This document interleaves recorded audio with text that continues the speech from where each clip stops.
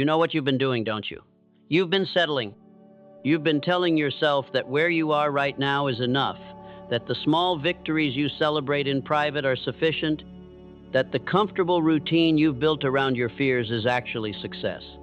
But late at night, when the noise dies down and you're alone with your thoughts, you feel it. That gnawing dissatisfaction, that whisper that says you were meant for something far greater than this safe, predictable existence you've created. You've been choosing tired over transformation. You've been choosing comfort over the life that's been calling your name since you were young enough to dream without limits.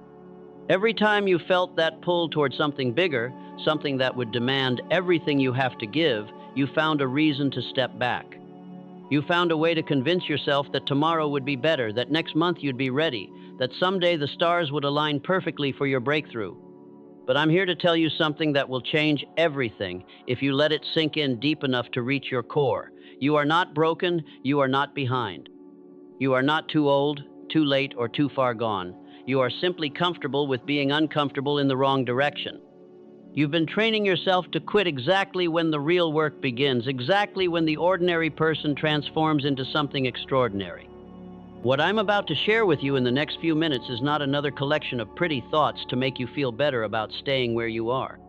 This is the blueprint for becoming the person you were meant to be before you learned to dim your light, before you learned to make yourself smaller, before you convinced yourself that other people's extraordinary lives were somehow different from the one available to you. This is about forcing yourself to keep going when every instinct tells you to stop. This is about discovering that the person you become on the other side of your resistance is someone you can barely imagine from where you sit right now. And if this message finds you at the exact moment you needed to hear it, if something inside you is saying yes while your mind is listing all the reasons why not, then do yourself one favor. Subscribe to this channel right now, because what you're about to discover will challenge everything you thought you knew about what you're truly capable of achieving. Number 1. Overcome discomfort.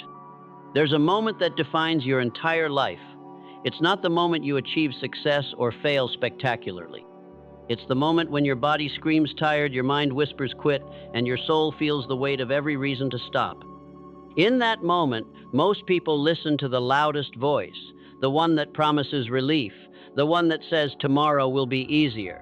They choose the soft pillow of comfort over the hard truth of growth. And in doing so, they choose to remain exactly who they've always been. You've been there. We all have. That moment when the workout gets hard and you convince yourself you've done enough.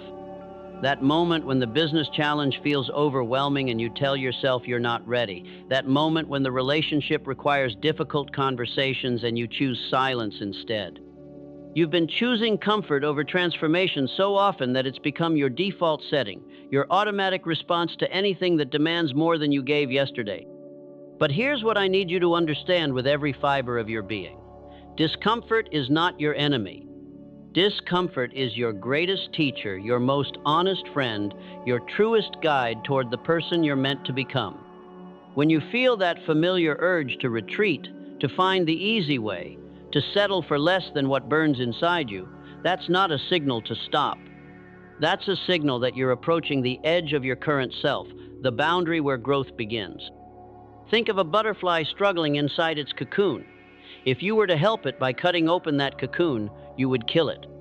The struggle against the walls of its temporary prison is exactly what develops the strength it needs to fly. Your discomfort is your cocoon. Every moment you want to quit and choose to continue instead, you're developing wings you didn't know you had. I once watched a man attempt to climb a mountain that had defeated him 3 times before. As he reached the point where he had turned back previously, his body began to shake. His breathing became labored. His mind filled with every logical reason to descend. But this time, instead of listening to the voice that had kept him at the bottom of that mountain for years, he looked up at the summit and said aloud, "This is where I become someone new." He didn't feel brave. He didn't feel strong. He felt terrified and exhausted. But he kept moving, one step at a time, through the very discomfort that had previously defined his limits. This is your turning point. The moment you realize that success has nothing to do with how you feel and everything to do with what you do when you feel like stopping. Your emotions are not your instructions. Your comfort zone is not your home. Your past limitations are not your permanent address. You are capable of pushing through any temporary discomfort to reach a permanent transformation. Here's what you must do starting today. When that familiar voice whispers quit, when your body wants to retreat, when your mind offers you 10 reasons to stop, pause for exactly 10 seconds. In those 10 seconds, remind yourself that every extraordinary person in history felt exactly what you're feeling right now. They felt tired, they felt uncertain, they felt like quitting. The only difference is they moved through it instead of moving away from it. Discomfort is not a wall, it's a doorway. And on the other side of that doorway is the version of yourself that you've been dreaming about, the life you've been planning, the success you've been promising yourself you'll achieve someday. That someday becomes today, the moment you decide that your temporary discomfort is worth your permanent transformation. Number 2, the path to success demands sacrifice. You've been living a lie, the lie that says you can have everything you want without giving up anything you currently have. The lie that whispers you can transform your life while keeping every comfort, every safety net, every excuse that has kept you small. You've been waiting for a path to success that doesn't require you to leave anything behind, a journey that doesn't demand you sacrifice the very things that have been holding you back. But greatness has never been achieved by those who refuse to pay its price. Every extraordinary life is built on a foundation of deliberate sacrifices, conscious choices to give up the good for the great, the comfortable for the transformational. You cannot become who you're meant to be while clinging to who you've always been. You cannot reach your destination while refusing to leave your starting point. The road to achievement is not a gentle slope that gradually lifts you to your dreams. It's a mountain face covered in sharp rocks, sudden storms, and moments when you question everything you believe about yourself.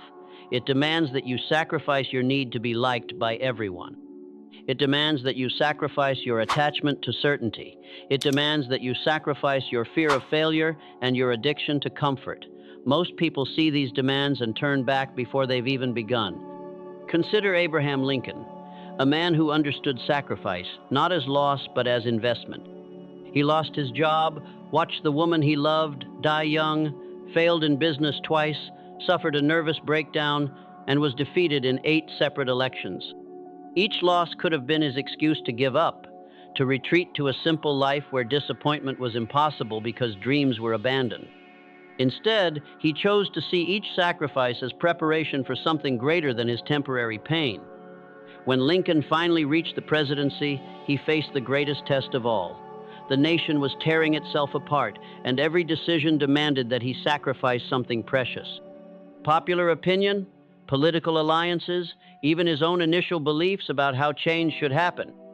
He sacrificed his need to be understood by his contemporaries because he understood that history would judge him not by how comfortable he made people feel, but by how courageously he acted when courage was required.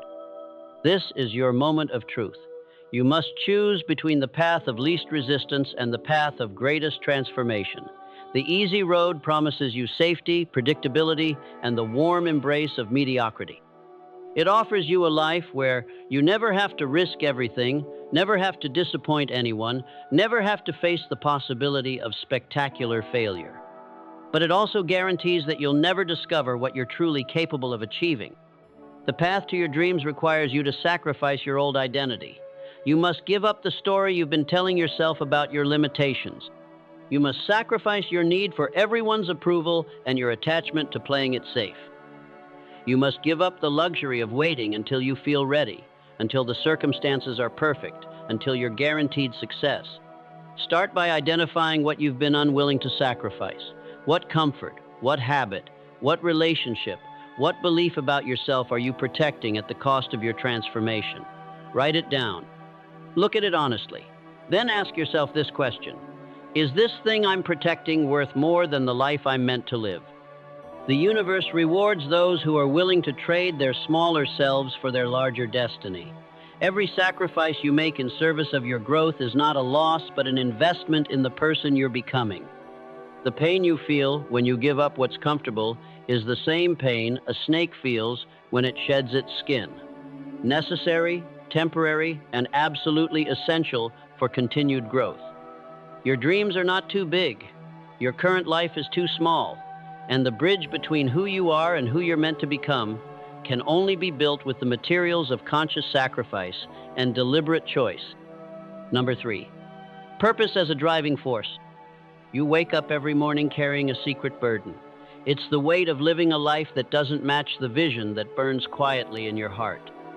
You go through the motions, you complete the tasks, you fulfill the obligations, but underneath it all runs a river of restlessness, a knowing that you were created for something more significant than what currently fills your days. You've been drifting without a compass, working without a why, existing without the one thing that transforms ordinary people into unstoppable forces of nature. Purpose is not a luxury for the spiritually minded or a concept for philosophers to debate. Purpose is the difference between surviving and thriving, between enduring life and embracing it with every ounce of passion you possess. Without purpose, even small obstacles feel insurmountable. With purpose, even impossible challenges become stepping stones to greatness.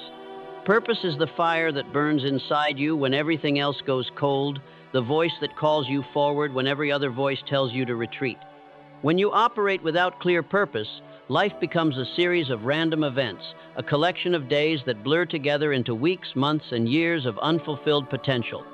But when purpose awakens within you, it transforms everything. Your struggles become meaningful, your setbacks become setups, your pain becomes power. Purpose doesn't eliminate difficulty from your path, it gives difficulty meaning, and meaning gives you the strength to persist when persistence seems impossible. Look at the life of Martin Luther King Jr., a man whose purpose burned so bright that it illuminated an entire nation. His purpose was not comfortable. It demanded that he face hatred, violence, imprisonment, and ultimately death. Every morning he could have chosen safety over significance, comfort over change, his personal peace over the progress of his people. But his purpose was bigger than his fear, stronger than his doubts, more compelling than his desire for an easy life.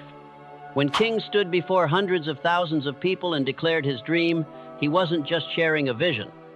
He was living from a purpose so clear, so powerful, that it could not be contained by one man's life. It had to flow through him and touch everyone within reach. His purpose sustained him through death threats, through nights in jail, through moments when the weight of change seemed too heavy for one person to bear. Purpose made him larger than his circumstances, stronger than his opposition, more enduring than his enemies. This is what happens when you discover and commit to your true purpose. It stops being about you and starts being through you. Your personal comfort becomes less important than your contribution. Your individual fears become smaller than your intended impact. You stop asking what life can give you and start asking what you can give to life. Right now, take out a piece of paper and write down what matters to you so deeply that you would endure any hardship to see it fulfilled. What injustice ignites your passion? What possibility makes your heart race? What change would you fight for even if you had to fight alone? This is not about finding a purpose that sounds impressive to others. This is about discovering the purpose that makes you feel most alive, most useful, most connected to something greater than your individual existence. Your purpose is your fuel. When you're tired, remember your purpose. When you're discouraged, return to your purpose. When you're tempted to quit, let your purpose remind you why you started. Write it down and read it every morning. Let it be the first thought that greets you when you wake and the last thought that comforts you when you sleep. The world is not waiting for you to feel confident, qualified, or completely prepared. The world is waiting for you to remember why you're here, what you're fighting for, what legacy you want to leave behind. Your purpose is not something you find, it's something you choose. And once you choose it, it will choose you back, guiding your steps, strengthening your resolve, and transforming you into exactly the person capable of fulfilling it. Number 4, set clear, actionable goals. Your dreams are dying a slow death by 1,000 distractions. Every day you wake up with good intentions, beautiful visions of what your life could become. But by the time your head hits the pillow, those dreams have been buried under emails, obligations, and the endless noise of a world that profits from your confusion. You've been treating your most important aspirations like weekend hobbies, giving them leftover time and leftover energy, wondering why they never materialize into the reality you crave. Dreams without structure are simply wishes. They're beautiful, they're inspiring, they make you feel good when you think about them, but they have no power to change your actual circumstances. They float around in your mind like clouds, shifting shape, moving with every wind of emotion, never taking solid form. But goals are different. Goals are dreams with deadlines, visions with blueprints, aspirations with action plans. Goals transform the impossible into the inevitable. The difference between dreamers and achievers is not talent, luck, or circumstances. The difference is clarity. Achievers know exactly what they want, exactly when they want it, and exactly what they're willing to do to get it. They don't hope for success, they engineer it. They don't wish for transformation, they architect it. They take their biggest dreams and break them down into smaller pieces until they have something they can work on today, this hour, this moment. In 1961, President Kennedy stood before Congress and declared that America would land a man on the moon and return him safely to Earth before the decade was out. This was not just a dream. This was a goal so audacious that many called it impossible. But watch what happened next. That impossible goal was broken down into thousands of smaller goals. Which rockets would we build? Which materials would we need? Which calculations would guide us? Which people would lead the mission? Every component of that moonshot had its own deadline, its own budget, its own team, its own success metrics. The impossible goal became a series of difficult but achievable goals. And on July 1969, Neil Armstrong stepped onto the surface of the moon, proving that even the most audacious dreams can become reality when they're transformed into clear, actionable goals with specific deadlines and measurable milestones. This is what you must do with your life. Take that vision that makes your heart race and your mind expand. Take that dream that feels too big, too ambitious, too far beyond your current circumstances. And instead of letting it float around in your head, bring it down to earth, give it weight, give it substance, give it deadlines. Write down your most important goal in specific, measurable terms. Not, I want to be successful, but I will build a business that generates $50,000 in revenue within 18 months. Not, I want to be healthy, but I will lose 30 pounds and run a 10-kilometer race within 6 months.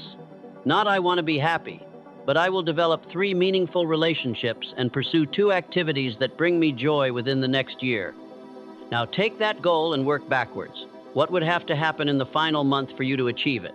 What would have to happen in the 6th month, the 3rd month, this week, today? Keep breaking it down until you have something concrete you can do in the next 24 hours. Your goals are not suggestions for the universe to consider. They are commitments you make to yourself, promises that demand action, declarations that transform wishful thinking into powerful doing. When you set clear goals, you stop being a victim of circumstances and start being the architect of your destiny. The world will try to convince you that goal setting is mechanical, that it lacks soul, that it reduces the beautiful mystery of life to mere planning. Don't listen. Clear goals don't diminish your dreams. They give your dreams legs to walk, hands to work, and the power to become more than fantasies that comfort you when reality disappoints you. Number 5, stay committed despite criticism. You've been letting other people's opinions write the story of your life. Every time you step towards something greater, every time you dare to think bigger, every time you attempt to break free from the comfortable cage of conformity, you hear them, the critics, the doubters, the people who never risked anything significant telling you why your risks won't work. And slowly, gradually, their voices become louder than your own inner knowing, their fears become more convincing than your dreams, their limitations become your reality. You stop before you start because someone laughed at your idea. You retreat from your vision because someone said it couldn't be done. You abandon your path because someone who never walked their own path told you that yours leads nowhere. You've been giving authority over your life to people who have never shown the courage to live their own lives fully. You've been seeking permission from a world that profits from your playing small. But here's what you must understand about criticism. Most of it has nothing to do with you and everything to do with the critic. When people tell you your dreams are too big, they're really saying their own dreams have become too small. When they warn you about the dangers of reaching higher, they're reflecting their own fear of falling. When they insist that extraordinary achievements are for other people, they're revealing their own decision to settle for ordinary lives. Criticism often comes dressed as wisdom, wearing the mask of caring, claiming to protect you from disappointment. But look deeper, listen more carefully.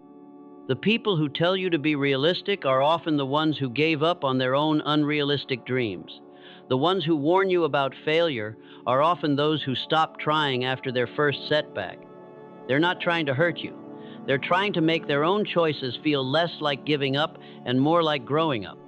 Consider Galileo, a man who looked through a telescope and saw truth that contradicted everything his society believed. When he declared that the Earth moved around the sun, not the other way around, he wasn't just challenging scientific theory. He was challenging the entire worldview of his time. The criticism wasn't gentle. It was brutal, institutional, backed by the full power of religious and political authority. They called him heretic, fool, dangerous rebel. They threatened him with death. Galileo had two choices. He could retreat into comfortable silence, accept the approved version of reality, and live peacefully within the boundaries others had drawn around truth.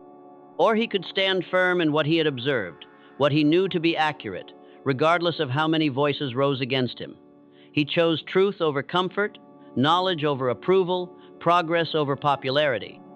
And because of that choice, human understanding leaped forward. Einstein faced similar opposition when he proposed that time was not constant, that space could bend, that reality operated according to principles that seemed to contradict common sense. The established scientific community dismissed him as a dreamer, a theorist, detached from practical reality. They couldn't see that he was laying the foundation for technologies that would transform human civilization. This is your choice. You can listen to the critics who never created anything significant and let their voices drown out your inner wisdom. Or you can distinguish between criticism that helps you improve and criticism that simply wants you to conform. Useful criticism makes you better. Destructive criticism makes you smaller. When someone criticizes your vision, ask yourself 3 questions. First, has this person achieved what you're trying to achieve? Second, is their criticism specific and actionable, or vague and discouraging? Third, does their feedback inspire you to improve, or does it tempt you to quit? If the person hasn't walked your path successfully, if their criticism offers no constructive guidance, if their words make you want to abandon your dreams rather than refine them, then their opinion is not information. It's interference. Treat it as such. Your commitment to your vision must be stronger than your need for universal approval. The world is full of people who will tell you what can't be done, what shouldn't be attempted, what's too risky to pursue. But the world is changed by those who ignore such voices and listen instead to the voice within that says not only can it be done, but it must be done, and you are exactly the person to do it. Number 6, adaptability as a competitive advantage. You've been clinging to a plan like a life raft in a storm, terrified that if you adjust your course, you'll lose your way entirely. You created a strategy months or years ago, and now you're following it with religious devotion. Even though the world around you has changed, even though new information has emerged, even though your original assumptions have proven incomplete or incorrect, you've confused consistency with stubbornness, commitment with inflexibility, and in doing so, you've turned your plan from a tool of empowerment into a prison of limitation. The world you're trying to succeed in is not the same world that existed when you first set your goals. Technology has advanced, markets have shifted, opportunities have emerged that didn't exist yesterday, and threats have appeared that weren't visible when you began your journey. Yet you're still using yesterday's map to navigate tomorrow's territory, wondering why you keep getting lost, why your progress feels so difficult, why others seem to be reaching destinations that remain elusive to you. Adaptability is not weakness, it's intelligence in action. It's the ability to hold your vision steady while remaining flexible about the path to reach it. The strongest trees are not the rigid ones that snap in storms. The strongest trees bend with the wind, adjust to the weather, grow around obstacles, and find new ways to reach the light. They remain rooted in their purpose but fluid in their approach. Think of a river flowing toward the ocean. When it encounters a boulder, it doesn't stop and declare defeat. It doesn't spend months trying to push the boulder out of the way. It flows around it, finding a new path while maintaining its direction. Sometimes it splits into multiple streams, sometimes it carves a new channel, sometimes it builds pressure until it can flow over the obstacle, but it never stops moving toward its destination. Dwight Eisenhower understood this principle better than most. As Supreme Allied Commander during World War II, and later as President during the Cold War, he faced constantly changing circumstances that demanded constant adaptation. Military strategies that worked in one theater failed in another, diplomatic approaches that succeeded with one nation backfired with others, economic policies that stabilized one situation created instability elsewhere. Eisenhower didn't see these changes as failures of planning. He saw them as realities of leadership. His plans were starting points, not sacred documents. When circumstances changed, he changed with them, always keeping his core objectives in sight while remaining flexible about tactics. He knew that rigid adherence to an original plan in a dynamic environment wasn't strength, it was a guaranteed path to irrelevance. This is what separates those who thrive from those who merely survive. Thrivers treat their plans as living documents, open to revision based on new information. They see unexpected developments not as disruptions to avoid, but as data to incorporate. They understand that the goal is not to execute a perfect plan, but to reach a meaningful destination, regardless of how many course corrections the journey requires. Your competitive advantage in a rapidly changing world is not your ability to stick to a plan. It's your ability to think clearly under pressure, to recognize patterns quickly, to incorporate new information without losing sight of your objectives, and to pivot gracefully when circumstances demand it. While others are paralyzed by unexpected changes, you'll be energized by new possibilities. Start practicing adaptability today. Look at one goal or strategy you've been pursuing with unwavering consistency. Ask yourself, what has changed since I first created this plan? What new information is available now that wasn't available then? What assumptions was I making that might no longer be valid? What would I do differently if I were starting fresh today with everything I now know? This isn't about abandoning your dreams or lowering your standards. This is about increasing your odds of success by remaining responsive to reality. Your vision can be fixed, your values can be unchanging, but your methods, your timeline, your specific tactics should be as flexible as the circumstances they're designed to navigate. The future belongs to those who can dance with uncertainty, who can find opportunity in disruption, who can turn unexpected changes into competitive advantages. Don't let your plans become prisons. Let them be your launching points into a world of infinite possibility. Number 7, build unshakable self-belief. You've been living as a stranger to your own power. You wake up every morning and look in the mirror at someone capable of extraordinary things, but the person staring back doesn't recognize their own potential. You've been listening to a voice that whispers, you're not enough, not ready, not qualified, not deserving of the success that lives in your imagination. You've been building a case against yourself so thoroughly that you've become your own most convincing opponent, your own most persistent critic, your own greatest obstacle to the life you're meant to live. Self-belief is not arrogance, it's not delusion, it's not pretending you have no weaknesses or claiming you never feel fear. Self-belief is the quiet, unshakable knowing that you have within you everything necessary to handle whatever life presents, to overcome whatever obstacles arise, to become whoever you need to be, to achieve what you're meant to achieve. It's the foundation upon which all other success is built, the soil from which all accomplishment grows. Without self-belief, every challenge feels insurmountable because you approach it already convinced of your inadequacy. Every opportunity feels too big because you've already decided you're too small. Every setback becomes proof of your limitations because you were looking for evidence to confirm what you already suspected about yourself. Self-belief transforms this entire dynamic. With it, challenges become puzzles to solve, opportunities become invitations to grow, and setbacks become valuable feedback rather than personal verdicts. Self-belief is not something you're born with or without. It's something you build, deliberately and consistently, through the accumulation of evidence that you are capable of more than you previously imagined. Every time you do something you weren't sure you could do, your self-belief grows stronger. Every time you persist through difficulty, your confidence in your own resilience deepens. Every time you achieve something that once felt impossible, your understanding of your own potential expands. Consider Muhammad Ali, a man who declared himself the greatest long before the world recognized his greatness. When young Cassius Clay first proclaimed he would become heavyweight champion of the world, he was considered talented but presumptuous. When he backed up that proclamation by defeating Sonny Liston, people said he was lucky. When he continued to dominate the sport, they said he was gifted but would never last.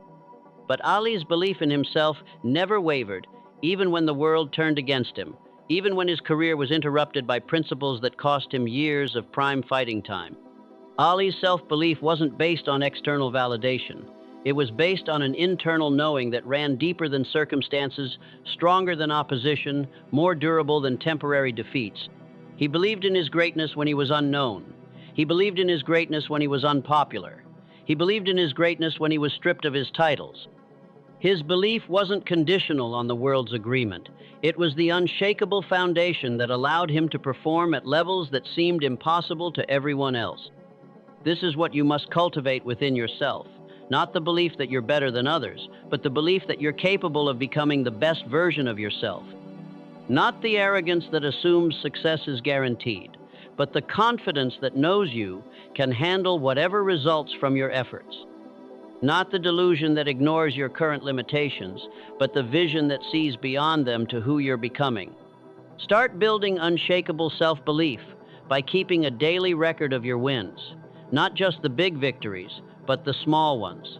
Every time you do something you said you would do. Every time you push through resistance. Every time you choose growth over comfort. Write them down. Review them regularly. Let the evidence accumulate until it becomes impossible to deny your own capability. Surround yourself with reminders of your strength. Read books that inspire you. Listen to stories of people who overcame odds similar to yours. Spend time with people who see your potential clearly and speak to it consistently. Guard your mind against voices that diminish you and feed it with inputs that remind you of what you're truly capable of achieving. Your self-belief is not vanity, it's necessity. The world needs what you have to offer, but it can only receive it if you believe strongly enough in its value to persist through every obstacle that stands between your current reality and your intended contribution. Believe in yourself not because it feels good, but because your dreams depend on it. Number 8, develop resilience. You've been treating setbacks like sentences instead of schooling. Every time life knocks you down, you lie there wondering if this is proof that you weren't meant to get back up. Every failure feels like a verdict on your worthiness rather than valuable information about your approach. Every disappointment becomes evidence that your dreams are too big, your goals too ambitious, your hopes too unrealistic. You've been interpreting temporary defeats as permanent disqualifications, and in doing so, you've been walking away from victories that were just one more attempt beyond your last disappointment. Resilience is not about avoiding hardship. It's not about being so strong that nothing can hurt you, so invulnerable that setbacks bounce off you without effect. Resilience is about developing the ability to get back up one more time than you've been knocked down.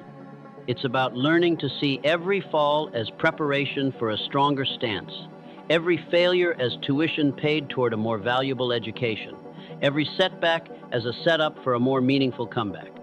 The world will test you. It will challenge your commitment, question your resolve, and present you with obstacles that seem designed specifically to expose your weaknesses. These tests are not punishments for dreaming too big. They're not evidence that you're on the wrong path. They're the very experiences that develop within you the character, the wisdom, the inner strength necessary to handle the success you're working toward. Think of resilience as a muscle. Every time you face difficulty and choose to persevere rather than surrender, that muscle grows stronger. Every time you encounter failure and choose to learn rather than retreat, your capacity for handling future challenges expands. The setbacks that feel like they're breaking you are actually building you, forging within you the qualities that separate temporary achievers from lasting champions. Thomas Edison understood this principle better than perhaps any innovator in history. When he set out to create the first practical electric light bulb, he didn't succeed on his first attempt or his 100th or even his 1,000th. He tried over 10,000 different approaches before discovering the combination that worked. When asked about his failures, Edison famously replied that he hadn't failed 10,000 times. He had successfully discovered 10,000 ways that didn't work. Edison's resilience wasn't based on an absence of failure. It was based on a completely different relationship with failure. Where others saw defeats, he saw data. Where others saw reasons to quit, he saw reasons to refine his approach. Where others saw evidence of impossibility, he saw evidence that he was getting closer to breakthrough. His resilience transformed every setback into a stepping stone, every disappointment into direction. This is the mindset you must develop. When something doesn't work the way you hoped, instead of asking, "Why is this happening to me?" ask, "What is this teaching me?" Instead of wondering if you should give up, wonder what you need to adjust. Instead of seeing obstacles as stop signs, see them as detours that are redirecting you toward a better route to your destination. Resilience is built through practice. Start small. When you face minor disappointments, practice responding with curiosity instead of discouragement. When you encounter small setbacks, practice looking for the lesson instead of the excuse to quit. When you experience temporary defeats, practice asking what you can do differently next time instead of whether you should do anything at all. Keep a resilience journal. Every time you face a challenge, write down what you learned from it, how it made you stronger, what skills it helped you develop. Review this journal regularly, especially when you're tempted to see current difficulties as evidence of future impossibility. Let the accumulating evidence of your own resilience become the foundation for facing even greater challenges. Remember that every person who achieved something significant had their character forged in the fire of repeated setbacks. Your struggles are not evidence that you're not meant for greatness. They're evidence that you're being prepared for it. The question is not whether you'll face difficulties. The question is whether you'll let those difficulties develop within you the resilience necessary to turn your dreams into realities. Your setbacks are temporary, your resilience is permanent, and your comeback is always just one decision away from beginning. Number 9, master your mindset. You've been living in a house built by thoughts you never consciously chose. Every day, your mind generates thousands of thoughts, and you've been accepting them all as truth, treating them all as facts, allowing them to shape your reality without questioning their accuracy or usefulness. You've been thinking the same thoughts that created your current circumstances and wondering why those circumstances don't change. You've been running mental programs written by fear, doubt, and limitation, then expressing surprise when your life reflects those very qualities. Your mind is not your master, it's your tool. But like any tool, it requires skill to use effectively. Most people are using their minds like a novice using a chainsaw, dangerous to themselves and ineffective at creating what they actually want to build. They let random thoughts guide their emotions dictate their actions, and their actions create results that reinforce their original random thoughts. It's a cycle that keeps them trapped in patterns they never consciously designed. The way you think shapes the way you see, and the way you see shapes the way you experience everything that happens to you. Two people can face identical circumstances and have completely different experiences based solely on the mental framework they use to interpret events. One person sees obstacles and becomes discouraged. Another sees the same obstacles and becomes energized by the challenge. The difference isn't in the circumstances, the difference is in the mindset. Think of your mind as a garden. Every thought you think is a seed you plant. Every belief you hold is a plant you're nurturing. If you plant seeds of doubt, you'll harvest crops of hesitation. If you plant seeds of fear, you'll harvest fields of paralysis. If you plant seeds of limitation, you'll harvest orchards of excuses. But if you deliberately plant seeds of possibility, courage, gratitude, and hope, you'll harvest a life of abundance, confidence, and meaningful achievement. Most people are unconscious gardeners. They allow any seed to blow into their mental garden and take root. They water weeds as carefully as they water flowers. They nurture limiting beliefs with the same attention they give empowering ones. Then they wonder why their mental landscape is overrun with thoughts that work against their happiness and success. Becoming a conscious gardener of your mind requires that you take responsibility for what you allow to grow there. It means questioning thoughts that diminish you and deliberately cultivating thoughts that empower you. It means being as careful about what you feed your mind as you are about what you feed your body, understanding that mental nutrition is just as important as physical nutrition. Start paying attention to your internal dialogue. Notice how often you speak to yourself in ways you would never speak to someone you cared about. Notice how quickly you accept negative thoughts as truth while questioning positive ones. Notice how you interpret neutral events through negative filters, finding problems where none exist and assuming the worst about situations that could go either way. Begin replacing limiting thoughts with empowering ones. Instead of "I can't do this," try "I'm learning how to do this." Instead of "This is too hard," try "This is developing my strength." Instead of "I always fail," try "I'm getting better at this with each attempt." Instead of "I don't have enough time," try "I have time for what matters most to me." This isn't about positive thinking as a superficial cover-up for real problems. This is about thinking accurately, seeing clearly, and interpreting events in ways that serve your growth rather than sabotage it. Most of the limitations you believe about yourself are not based on factual evidence. They're based on interpretations you made about past events, conclusions you drew when you had less information and experience than you have now. Your mindset is the lens through which you see every possibility, every challenge, every opportunity for growth. A limited mindset makes everything look impossible. An empowered mindset makes everything look like raw material for creating something better. Master your mindset, and you master your life. Let your mindset run wild, and it will run your life into patterns you never consciously chose. The garden of your mind is under your care. What you plant there today will determine what you harvest tomorrow. Choose your thoughts as carefully as you choose your friends, because like friends, thoughts influence who you become. Number 10. Take action to fulfill your vision.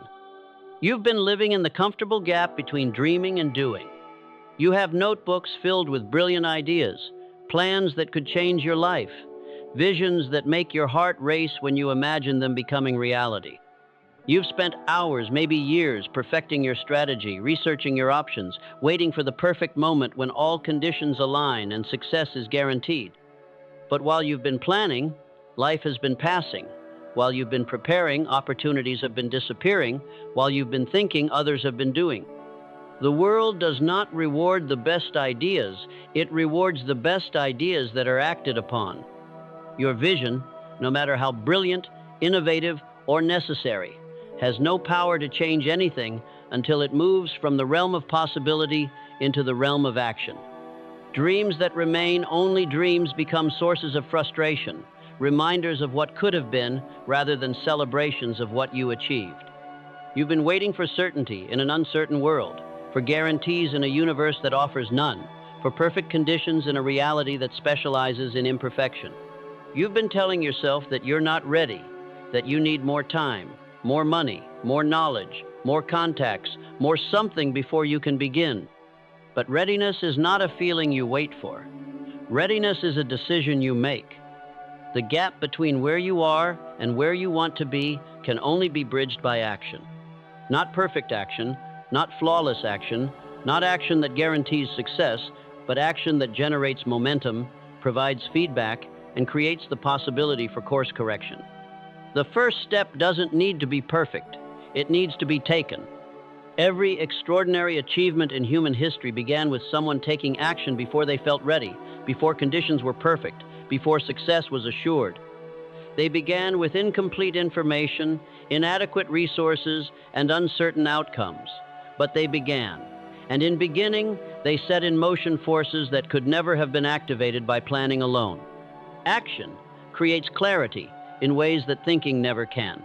When you take action, you discover what works and what doesn't. You encounter obstacles you never anticipated and opportunities you never imagined.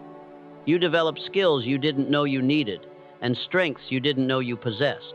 You transform from someone who thinks about change to someone who creates change. But action also requires something many people are unwilling to give: the acceptance that your first attempt will not be your best attempt. Your initial effort will be imperfect, incomplete, probably embarrassing when you look back on it later. This is not a bug in the system. This is the feature that separates people who achieve from people who merely aspire. The world is filled with people who could have written the book, could have started the business, could have made the change, could have taken the leap. But "could have" is the saddest phrase in any language. It represents potential that remained potential, dreams that remained dreams, lives that remained unlived. Your future is not determined by your circumstances, your background, your current resources, or your past failures. Your future is determined by what you choose to do starting right now, today, in the next hour. Every moment you delay action is a moment your dreams remain static while the world continues moving forward. Choose one action you can take today that moves you closer to your most important vision. Not the biggest action, not the most impressive action, not the action that will solve everything immediately. Choose one concrete, specific action that you can complete before the sun sets today. It might be making a phone call, sending an email, writing the first page, taking the first step, having the conversation you've been avoiding.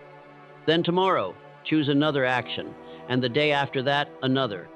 Not because each individual action will transform your life overnight, but because the accumulation of consistent actions taken daily over time has the power to bridge any gap between your current reality and your intended destination. Your vision is not a suggestion for the universe to consider. It's a commitment you make to yourself, a promise that demands action, a declaration that you are ready to become the person capable of making it real. Stop waiting for permission, for perfect timing, for ideal conditions. Start today. Start now. Start with what you have, where you are, with whatever resources you currently possess. The world is waiting for what you have to offer, but it can only receive it when you stop planning to give it and start actually giving it. Your moment is not coming. Your moment is here,